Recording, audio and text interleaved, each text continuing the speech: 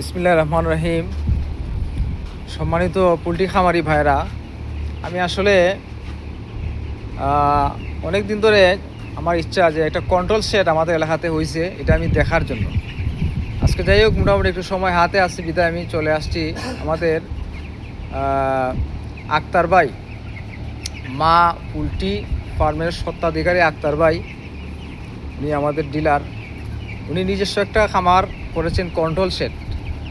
এই যে কন্ট্রোল শেডের আসলে না দেখলে কেউ বুঝতে পারবে না যে কন্ট্রোল শেডের মানে কন্ডিশনটা, সুবিধাটা এবং এটার বৈশিষ্ট্য কী কী, দেখাটা খুবই দরকার। আমি দেখার পরে আমার একটা মনের মধ্যে একটা আক্ষেপ জাগলো যে আমি আর আগে গেড়ে দেখি না। যাই হোক, মা বোনের স্বত্বাধিকারী মোহাম্মদ আক্তার ভাই আমার সামনে দাঁড়ানো আছেন। আক্তার ভাইকে আমি জিজ্ঞাসা করব যে উনি কন্ট্রোল শেডটা করার পরে কী কী সুবিধা ভোগ করতেছেন এবং এটা প্রত্যেকটা খামারির কতটুকু জরুরি দরকার। জি আক্তার ভাই, আসসালামু আলাইকুম। ভালো আছেন ভাই? অনেক ব্যস্ত সময়ের মধ্যে আমি অনেক সময় নষ্ট করবো একটু।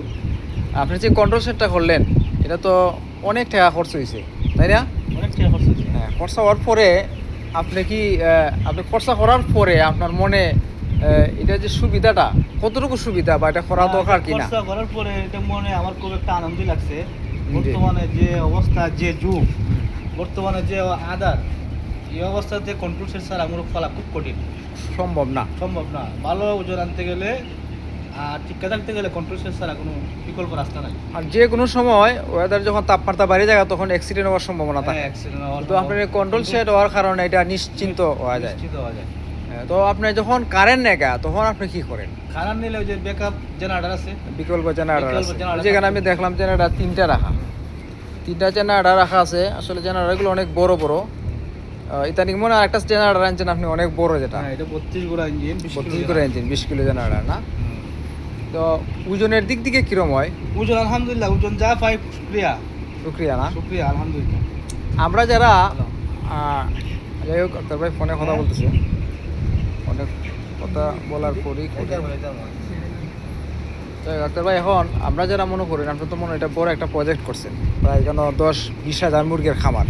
20,000। এখন আমরা যারা 2,000, 3,000, হ্যাঁ বা 1,000 মুরগির খামার করি, মনে করেন আমার 2,000 মুরগির খামার, আমার তো একটা আফসোস জাগতেছে যে আমি যদি করতে পারতাম 2,000 মুরগির সেটের মধ্যে কি ধরনের কন্ট্রোল করা সম্ভব কিনা? 100% করা যায়, কিন্তু ফ্যান আপনি কমায় দেন, দুইটা ফ্যান লোন, দুইটা ফ্যান লে ধাপে ধাপে করেন, আবার তো কুলিংটা পরে লাগান, হ্যাঁ, আবার তাহলে ফরদা সিলিংটা করে আবার দুইটা ফ্যান বল, ওই জন্য কন্ট্রোল বক্সটা পরে লাগান।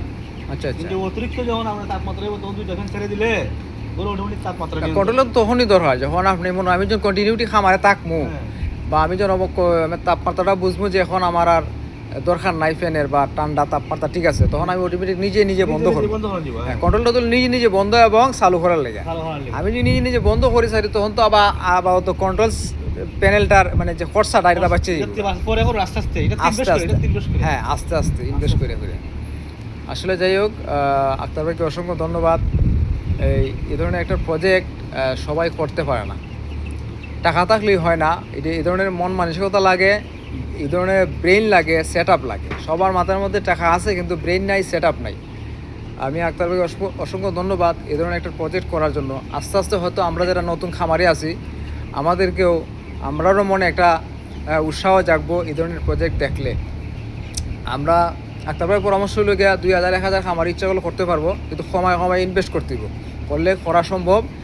মুরগ পালতে সেই বেব, ওজন বাড়বো। ওজনও তো মনে হয় আপনার অনেক, যথেষ্ট ওজন হয়।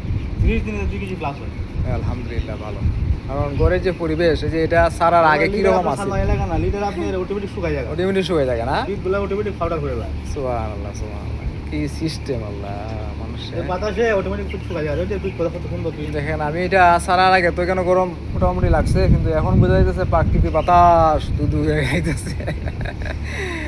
আসলে একটা অকল্পনীয়, আনকমন একটা সিস্টেম। কন্ট্রোল শেড কালে না আমি শুনছি, হ্যাঁ, প্রচুর টানালিটা। এটা আসলে আপনি ওই ইঞ্জিনিয়ার দিয়ে মনে এটা করছেন না? এটা আমার প্ল্যানে হচ্ছে, সব কিছু আমার প্ল্যানটা আসলে নিজে থাকতে হয়। ইঞ্জিনিয়ারটা তো সে আপনার প্ল্যান মতো করে।